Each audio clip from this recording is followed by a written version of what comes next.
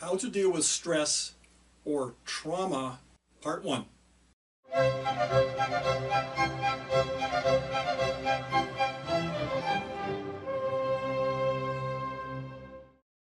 If you have a situation where all of a sudden something really bad happened and you find yourself either sitting on the floor after that 2x4 hit you in the head, or after something happened that has just made it impossible for you to do what it is you need to be doing, and people are whirling around you and they're helping you, you've got a splinter in your arm, or you've got something tragic or traumatic happened, how are you going to position yourself? How are you going to fix that? In previous videos, I've talked about what is your happy place, what is your stress-free place, what is the place that you go to when you end up with major trauma.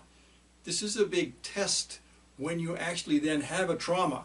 The trauma could be a car accident on the way to work. Trauma could be, name it. We see it on the news all the time. There's all kinds of different ways in which we can hurt ourselves. What are you going to do when this happens? You can actually practice that ahead of time. It doesn't have to be such a big deal. You can be calm while this thing is happening around you. I've talked earlier about the place that I go to. It's a meadow way up in the mountains somewhere, and I sit under a tree and I have flowers around me and I look out into the valley. That's my spot. When something really traumatic happens, it's very easy for me to go to that spot.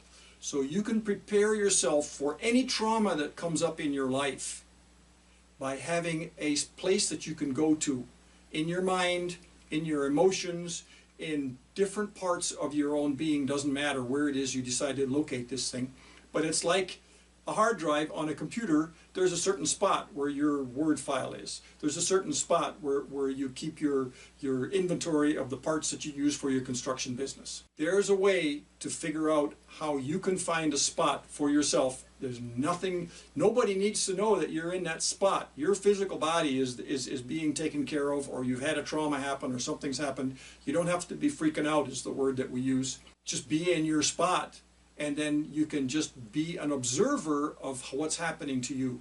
That really helps with alleviating the trauma that you're going to have to deal with later on. Find your spot, drink some water, get some comforting words from someone, or get a friend involved, or someone that you know that is going to be empathetic to your situation. There are many ways of accomplishing that while you're having trauma. You can prepare yourself for a trauma if you already have practiced how to be in your safe spot. Go to your safe spot. That's a way of dealing with that trauma, whether it's a stress trauma or whether it's a trauma that just came upon you while you were walking through the woods and you were attacked by a marmot. I just thought of something, or a squirrel, or something along those lines. You weren't expecting that to happen. You were in a good place and then something happened to you. Have a place where you can go to deal with that trauma, and that is one of the ways in which you can do that. Don't forget, drink some water.